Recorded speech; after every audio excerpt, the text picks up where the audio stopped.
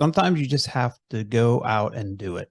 Hmm. Yeah. There's only so much you can read and go to school and learn, but the real learning takes place is when your boots hit the ground and you just start, because there's so much to learn. There's the law, the legal part of it, liability, insurance, there's employees. It's just mind boggling. Yeah.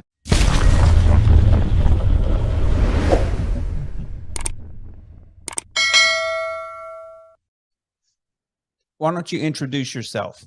First of all, let's start there. Yeah. So my name is Marc Starkman. I'm a senior in high school right now, and basically, I just got introduced to real estate about, I would say, like 2, 3 years ago, and from there, I just been watching videos, reading, trying to read many books as I can, just learn as much as I can. And now I reached out to Alex to try to learn more, and here we are. Yeah, I was impressed, man. I don't know how, where did you get my name from? How did you even get in touch with me? I don't even recall that. Yeah, so basically, I was talking to my brother because he's interested in, he does a lot of business stuff too, and he said, uh, suggested that I reached out to some property managers or just Okay. a lot of different, to try to get involved, to take that next step. Yeah. So I was just looking, property managers around me, and I just remember seeing Mace Property Management. So I took 5 minutes to send a quick email, and then here we It are. worked. I was impressed. I said, heck yeah, this kid's in high school. When I was in high school, first of all, I literally had to go to summer school. So I didn't even get to graduate with my friends. I wasn't a troublemaker. Man, school sucked. I hated school. I just wasn't for me, you know. I tried college for a little bit and that didn't work out. So I went 2 years of college for auto mechanic, and that's what I did for 8, 9 years. But when you reached out to me at were you 17 at the time? I think six, or yeah, 17. Yeah. I'm like, what? Okay, this kid's got it. So basically, Mark's been just working just for free, just coming in here, intern, just kind of learning stuff, right? Yeah. Filing and calling and get utilities switched. We've gone on a couple road trips. We looked at some properties. Man, you just absorb stuff when you're in the office. So that's the way, that's a start. You know, you have the seed to be successful because you want to learn.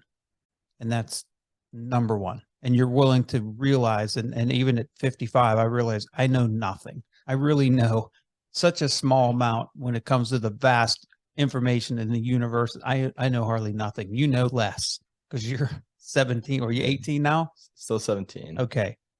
So yeah, Mark had come in and like, what was there one book that stood out like that you've read or one podcast you listened to? What really got the fire going? Was there one specific thing? Um, I would have to say, like, I remember looking on YouTube, just searching up real estate, and then I found Bigger Pockets, and then started listening podcasts. I know, just going to the bookstore and looking in the real estate section, seeing, just buying the books there and just reading them, just trying to find No specific book that stands I would out. say for sure, by Robert Kiyosaki. Yeah, Rich Dad Yeah, Poor Rich Dad Poor Dad. That's everyone. I feel like I watched a YouTube video and someone suggested that, but a few real estate books from Bigger Pockets, The Burr Method. I remember that was a good Dad. book. Just trying to read a Okay. ton of books and get a lot of information. And you're originally from Pittsburgh, right? You were Yeah. born and raised there, just like I was. Mhm. Yeah, Rich Dad Poor Dad is one of the first books I read. I read it in around 2000. I was introduced to Robert Kiyosaki. I was at Keller Williams at the time, and he had come to one of the family reunions. They called family reunion. It was in Vegas, where you get, you know, at that time Keller Williams had like 15,000 agents. Now they have 150,000 or more. But he was a speaker, and then I read his book, and I was like, wow, I'm not much of a reader. They say leaders are readers. So most leaders, most people in positions of high power and money, they do read a lot. which is one of thing I do not do, but Rich Dad Poor Dad is the easiest, funnest read because it's basically just the story he's telling about his real dad and then his rich dad, which is his friend's dad, who was a very wealthy real estate mogul in Hawaii. Yeah. So it was a good book, and it's not necessarily real estate related. It's just investing and get you thinking about putting money to work for you, and so you can not work or work smarter. Yeah. I would say it really changed my point of view, because in school they don't really teach you anything about He says the same thing. anything. School doesn't teach you what you really need to know, which is some of the stuff you learn in school is absolutely important, but they should be teaching you how to balance a checkbook, how to invest money, what's a return on it, what's ROI, you nailed it, because that's exactly what he says in the book. Mm-hmm.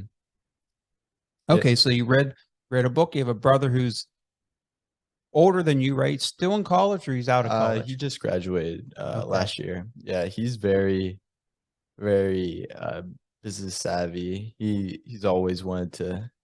He started multiple different like little, businesses or companies, and just always had that. I don't know. He's just been different from everyone else, and he's really been a real mentor to me and really pointing me in the right direction. He's done with college. Does he have a job now? So yeah, him and my uncle, they started like created this software for storage units for, I mean, I really don't know too much about it, but I guess something like self-automated for storage companies, and they're trying to sell it to a bunch of different storage companies. That's pretty exciting. It is. It is. When he talks about it, it goes right over my head, but it sounds cool. Sounds real cool. I hope he makes it. I hope he sells it for $1 billion, and I hope so too. maybe takes you along with him. Hopefully. That's cool though. Yeah. And that's what happens is you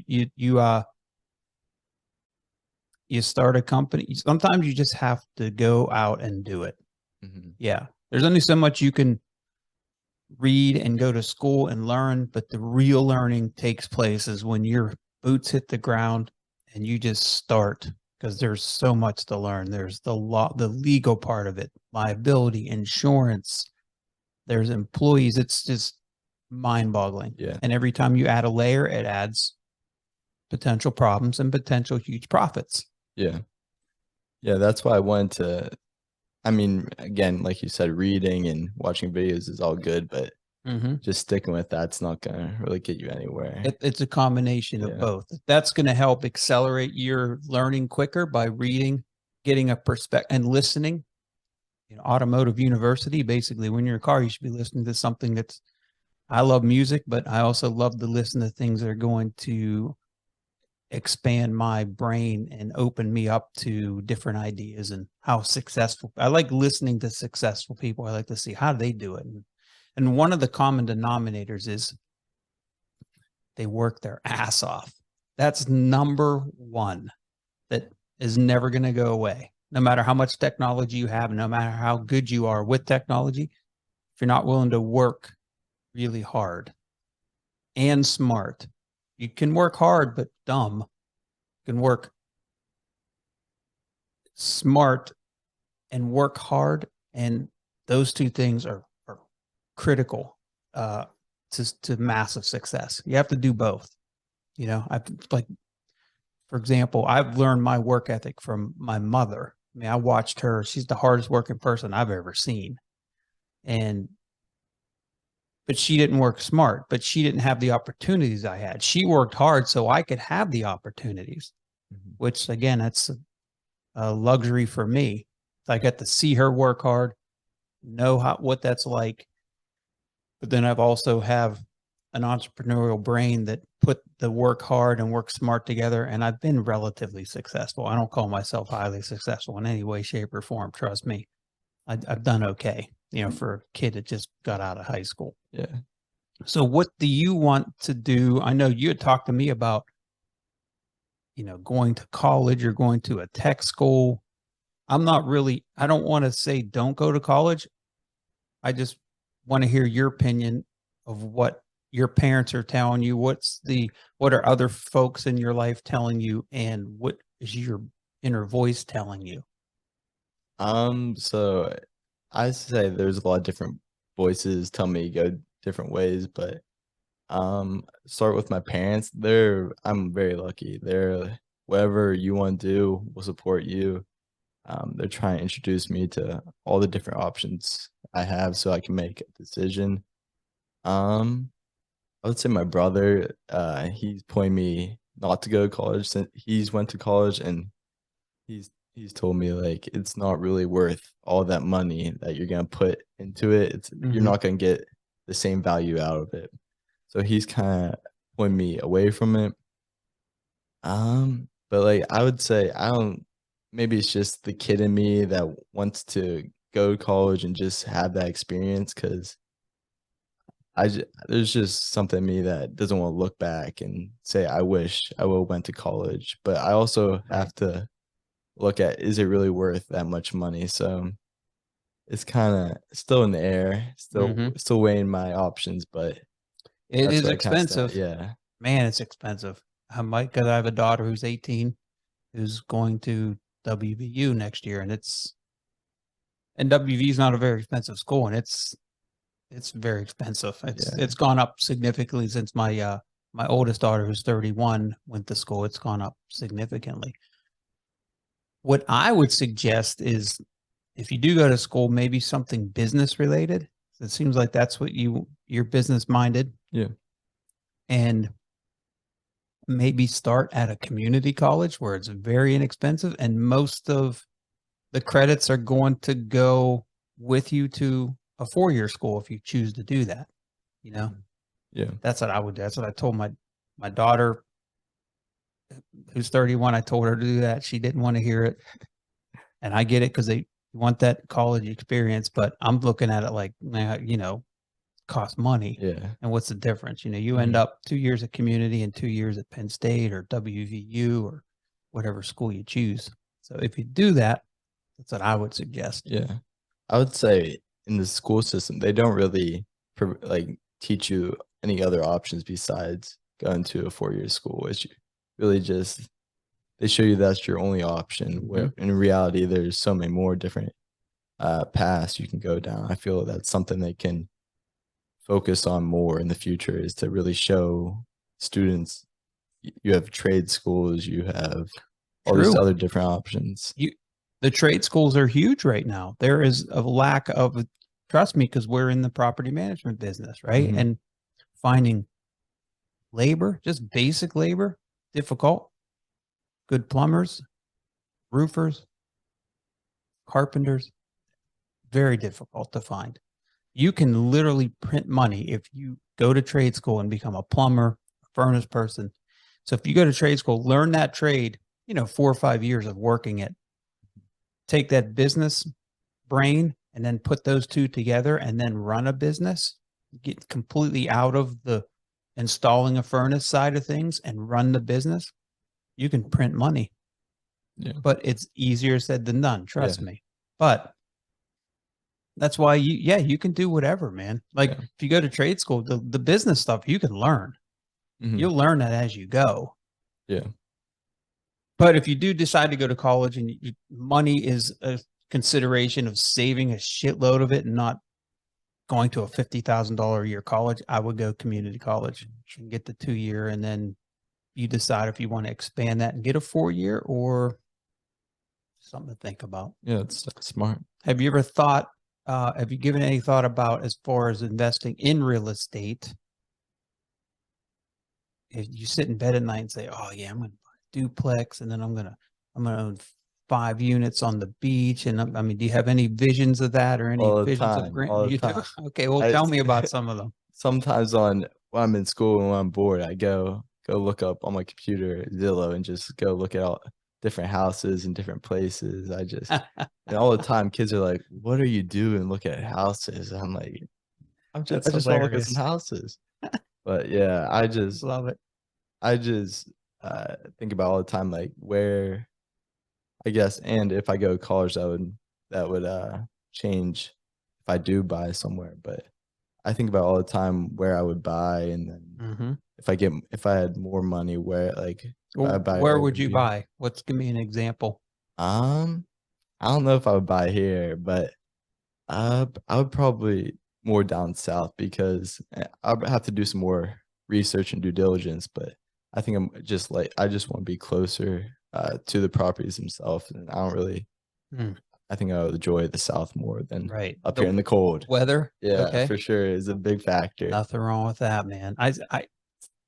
For me, I live here. I'm not going anywhere because I love Pittsburgh. Yeah, So I don't invest a whole lot. In fact, I invest zero outside of Pittsburgh because I don't know the market well yeah, enough. But that's by choice. Not much. I could learn the market, hmm but that means traveling. That means building a team of knowledgeable people in the area where I want to purchase. And that takes time and effort. And I haven't put that time and effort hmm into it. So you get in what you get out, what you put in. Same. So that's nothing, that's on me. But I do want to, my wife and I want to buy something, near the beach. We're not sure where, as kind of a second home. Yeah, You know, we have a place up near Conneaut Lake, which I love it up there. I love being in the country hmm atmosphere. But if you want to start investing in a different area, you probably should start traveling to that area, start vacationing there, make as much of an attempt to research it and go there and really learn it. And you're going to have to get some good people that know that market, some good agents, some good property man. You're going to have to build a team. yeah. Is one thing I've gained from reading all these books and watching all these videos is you're not gonna be able to do this by yourself. You're gonna have to have an agent. You just need so many different people to succeed. It's not a one man show. What's So the acronym for team? Do you know? I re- now you say I remember this, but Like you play sports, right? yeah, So your coach has probably said it 10 times. Together, everyone achieves more. yeah, It's true. I yeah, mean, I'm the kind of person too. I tend to want to do things on myself because I'm like, oh, I got to teach it to somebody, and then yeah, it's gonna take me twice as long. I might as well do it myself. But that's such a bad habit that you have to break. You're not going to be able to leverage your time. You leverage your time through money, through technology, tools, and people. And I'm still learning how to do that. And if you yeah. can manage and leverage people and treat them right, it's the sky's the limit. Yeah, it's crazy. Yeah. But that's an art form, man. That's something you learn. And that's really what you should be studying is how to motivate and manage people and treat them fairly, communicate with them, share the same vision, which is super critical because this is just from what I've read and heard other successful. You gotta sell your vision, like the Apple guy. What the heck was his name? Steve Jobs. Steve Jobs. I mean, he was a guy who could sell a vision, hmm and then they buy in. But it's hard work, man. It is. It is. Well, what else do you want to discuss today before we call it a day? I wanted to introduce you to everyone and just Um, I'd say, what would you suggest on next step, like the next step from here for me? Would you say? well, you need to make a decision on the school thing, Mm-hmm. right? Just weigh your. I mean, there's no reason why you couldn't do community college or a regular college, and what you're doing now, and that's you came to me to learn. You're going to need to find more people that you can do that for. Mm-hmm. You can go into their office and say, hey, I want to learn from you. What can I do for you? That's you. That's one thing I've learned is, and I've never honestly done it. I just learned the hard way. But if you don't want to learn the hard way, you surround yourself with people who've done it and done it at a high level and ask them the question, what can I do for you? I want to learn, but that ain't going to come for free. Yeah. No. The other thing was pick a lane. The more focused you are, the better. Where's your focus going to be? Do you want to build a software thing and sell it to Google, or do you want to just start buying real estate? I would say buying real estate. I think more Yeah. like long-term rental is Right. what more interested in right now. Okay. I think the path of least resistance would be you got to get a job, you got to make income, you got to get a credit score. So you should be working on getting your credit. Right. You might not even have any credit right now, right? No. Uh, do you have a job too, right? Mm-hmm. Do you get like a you get like a pay stub it's not cash or under the table. Yeah, it's all online. You do tax returns when you're 17? I don't know. Be honest, my mom handles all of that. You want to start building credit. You want to start establishing an income stream or steady income, which you have already because you have that job. Mm-hmm. And the reason you want that is so you're going to want to buy your first investment property. Now, you've probably read books on how to buy property 0 money down, right? Have you You see it all everywhere. Always. Yeah. It's hell of a lot harder than it sounds. Not impossible, because I've done it. And I still do to this day, but I'm more established. I have credit, I have card, I have cash, I have access to cash. You don't. Yeah. But you can do 0 money down. It's just much harder. The younger you are, it's going to be difficult for you to convey that message to a seller. Say, yeah, I want to buy your property. Like, dude, you're 18. I'm not going to sell you my property with 0 money down. It's too much risk. Yeah. So if you have access to money, that's the key. So the only access to money is one, you have a rich uncle or something like that, or you have access to conventional bank money, right? So the easiest way to get a loan on your first property would be your primary residence. So meaning you have to go out and find yourself a crusty old duplex or something like that you can get a loan on, a regular loan with very little money down, which there's a lot of opportunities out there for that. That would be a good place to start. But the only way to get a loan is to have income or income and a cosigner, like your mom, your dad, or your brother, who would co-sign for you. So you can get started. Living in your primary residence, like a duplex, a 3-unit or a 4-unit, would be the easiest way with the least amount of money down to get started. So if I have a cosigner, would I still need that steady income or what? Probably going to need. Yeah. Do you have a rich uncle? Yeah, I would say. You do? Yeah. Oh, can I get his phone number? Maybe. I'll send it over after this. So that's a good start, man. If you have if with your brains and your hunger, that comes across the table, you're hungry for this. I would go into business with you. Your uncle knows you, Mm-hmm. has known you for a long time. Maybe he can listen to this podcast and you can convey to him how hungry you are and your plan. So you can't just go to him and say, hey, I need some money because I want to buy a house. Go to him with a plan. Is he a business person or? Yeah. Go to him with a plan. Here's my plan, Unc.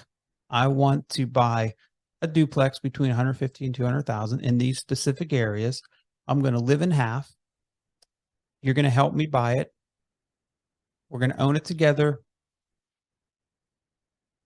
And then maybe we can do some more deals together. Yeah.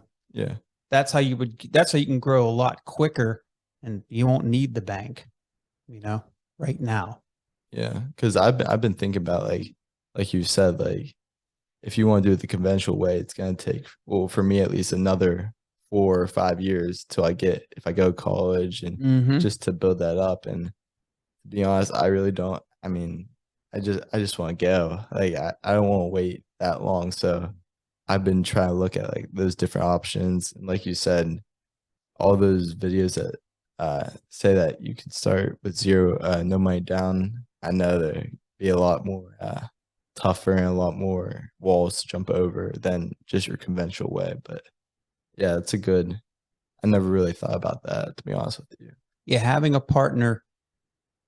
And when you choose partners, you look at certain criteria. First of all, do they seem trustworthy and honest? One, can you trust them? That's really important. Two, what do they bring to the table? Like in your case, you need somebody with knowledge and money, you know. Mhm. Me, I need my partner for me would be someone who brings me a fantastic deal that I didn't have access to, or they have a boatload of money and they can fund everything. So that's a good partner for me. Or they can also bring knowledge to the table because I don't know everything about everything. And I especially don't know things about commercial real estate and strip malls and new construction. I don't know that. So partner who brings something to the table is really important. You know, just don't pick a partner with your buddy. Say, hey, let's go buy some real estate. What are you bringing to the table? Do we have the same vision? Are you going to work as hard as I am? Yada, yada, yada. Mhm. With your uncle, for example, use him. He's a businessman and he has access to cash. You could be the person, the legwork, finding the deal, and then, finding your first deal, or he just funds it for you and say, hey, look, I like you as a nephew, and this is what I'm going to do for you. Mhm. But when you're ready to do that, I'm ready. I'll help you. Help you locate a deal, make sure it's the right deal, and then see if we can make it happen. But might be a conversation you want to have with him. Yeah. Meantime, if you want to go the route of not going to college, you're going to just have to get a job right away. Mhm. Whatever, you can get a job like making $20 an hour doing almost anything today. Yeah. So maybe it's in construction. Maybe you want to learn. That's really important to learn how to drywall, flooring, do some minor electrical plumbing, because initially you can do all that yourself. And as you know it, then 5 years down the road, when you hire people, you know what it's going to take to do that. Like, you're going to charge me 5,000 to do that. I could do that in 3 days. Yeah. It's worth about 2,000. I'll pay it too. Because when you don't know it, you're just like, oh, okay, 5 sounds fair. That's cool. That's cool. So if you do all that, it's going to save you a boatload of money. Plus, you're learning it. Plus, you're getting paid to do it if you're going to work for somebody. Yeah. That's what I would suggest. If you want to get into real estate and you don't want to go to college, start working with somebody. If you need, trust me, I got guys who need good people. Just guys who can show up, who aren't drunk on drugs, have their own vehicle, and show up on time. You're already head and shoulders above half the employees that they have. It's crazy. It's It is. crazy. Yeah, because I know my brother, he just bought a house, and it's kind of a dumpy place, so he had to tear everything down, and he's learned that himself, that Mm-hmm. it costs a lot of money to hire someone to do the drywall, to do the flooring, to do electric. It's just, and he told me, he was like, if you were smart, you would go learn some of this stuff so you wouldn't have to pay someone to do everything. Bingo. Yeah, and you don't have to go to school to learn that. You probably would. If you're going to go to a tech school to be a carpenter, you'd probably be best just to work with somebody, Yeah. because you will learn so much in 6 months. Mm-hmm. It's blow your mind. He'd be a different person in 6 months to a year. Crazy. All right, Mark. Well, it's been a good conversation. We'll do some editing here, but that was good. Thank you. Thank you. I appreciate you talking to me. My pleasure.